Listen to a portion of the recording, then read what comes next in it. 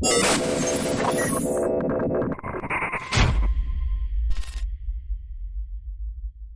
is up, ladies and gents? It's Chewburger84 from Ultimate Reality, and we are finally back with some Marvel Strike Force content. Now, it's been a minute, so there's quite a bit of news to cover, so let's not mess about. Let's get straight into it. Now, the first segment has been brought to you by Foxnext. Now, we are part of the Envoy program, so that means that every now and again, we get some information, like what I'm about to tell you, directly from Foxnext. So this next part is 100% official and will be confirmed on their blog post a little bit later this week. Now, good news, folks, for those comic fans out there, the Sinister Six are coming to Marvel Strike Force.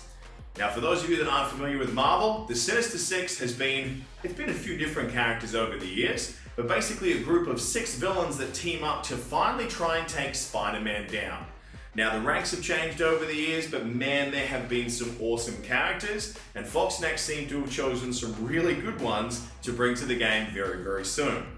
So right off the bat, the first member of Sinister Six is Rhino. Will be charging his way into the game very soon. Now, being a thick, plated dude, is he going to be coming in to absorb the damage for the Sinister Six as some sort of a tank? Or is he going to be ripping out the damage Juggernaut style, hitting people with that big head horn as some sort of a brawler? Time will tell, but I'm definitely excited to see which way they go with it. Now, flying just behind him is Vulture. Now, Vulture shot right up as one of my favorite MCU villains when Michael Keaton portrayed him in Spider-Man Homecoming. That scene in the back of the taxi when he is talking to him, knowing he's Spider-Man, and then he figures out that he's Vulture, that moment was so tense and so awesome. So I'm really looking forward to seeing what they do with him in the game. Is he going to fly in like a brawler? Is he going to stay back and shoot razor sharp talons with a blaster?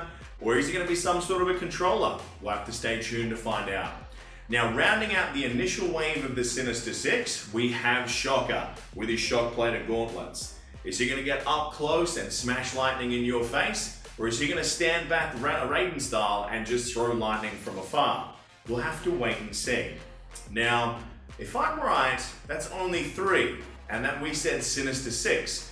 Now, from here on out, the rest of it, we're not too sure who's going to be this Sinister Six. We do know that Green Goblin is going to be getting a Sinister Six tag very soon, however, but the last 2 members remain a mystery. Now, I personally hope they bring in 2 of my other favorite MCU Spider-Verse villains, which is Dr. Octopus, or Doc Ock for those of us that know him and love him, and of course Mysterio.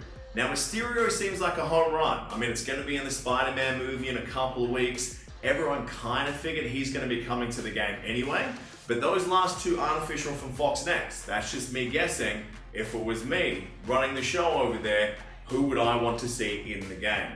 Would Mysterio be a healer? I imagine he'd probably be more of a controller given his magic of the dark arts. And Dr. Octopus, man, with his technology, he could go a variety of ways. Either way, I think this is going to be an awesome addition to the game, and in Foxnext's words, they're going to be causing some trouble for city heroes very soon. Could this be the team that finally, as a villains, turns the tide on Punisher and those guys that have their villains bonus? Will they cancel each other out, or will the Defenders keep running New York City?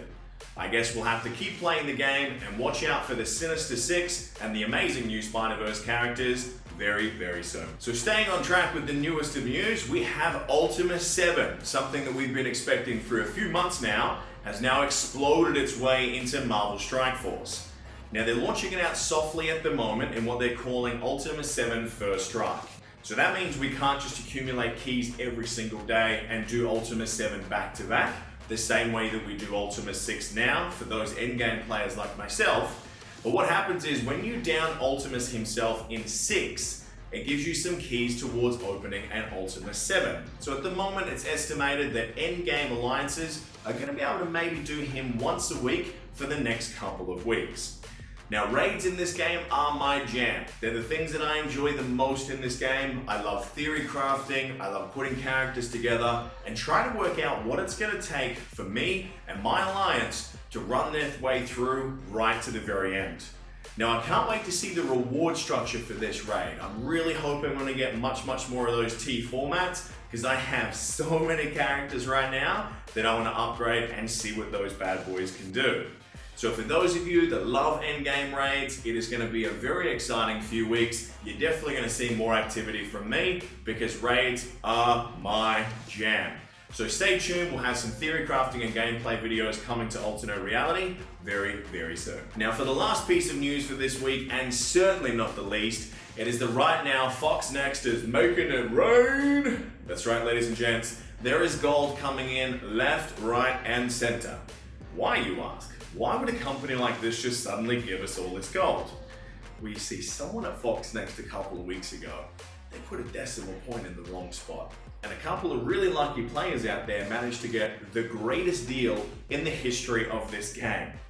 Now Foxnext, rather than rolling that back, they decided to make it rain gold on all the remaining players who didn't get that advantage and offer them up to $30 worth of bonus orbs over the next couple of weeks. We've seen a few of those come through already. We're getting 500,000 gold every single day. For a game that is usually affected by such a significant gold crunch, it's a pretty good time for this to be happening. Now, not just because free gold is always good gold, but because of the timing. There are so many things happening right now that need gold. It is nuts, okay? So we have Phoenix coming next week. Phoenix is gonna need gold, so is the X-Men to get those bad boys up to 70. Ultima 7 is here. You better believe that you need to bring out the biggest guns that you got to take those bad boys down. Now, if you read in the description for Ultima 7, it clearly says that you need level 75 characters. But Chew, we only have level 70 right now. You're damn straight, son. That probably means that there is going to be a level cap increase somewhere in the near future. Now, if level 65 to 70 is anything to go by for gold requirements, level 70 to 75 is going to be nuts. So my advice to you would be get those X-Men, get yourself a couple of decent raid teams, and maybe put a little bit away for a rainy day, just in case Mr. Level Cap starts knocking on your door very soon.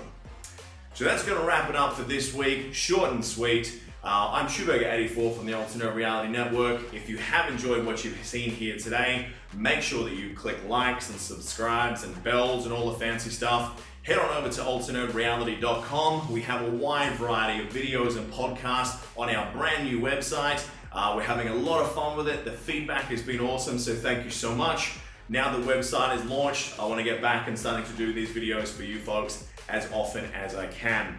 So for now, thank yous for watching, and cheers.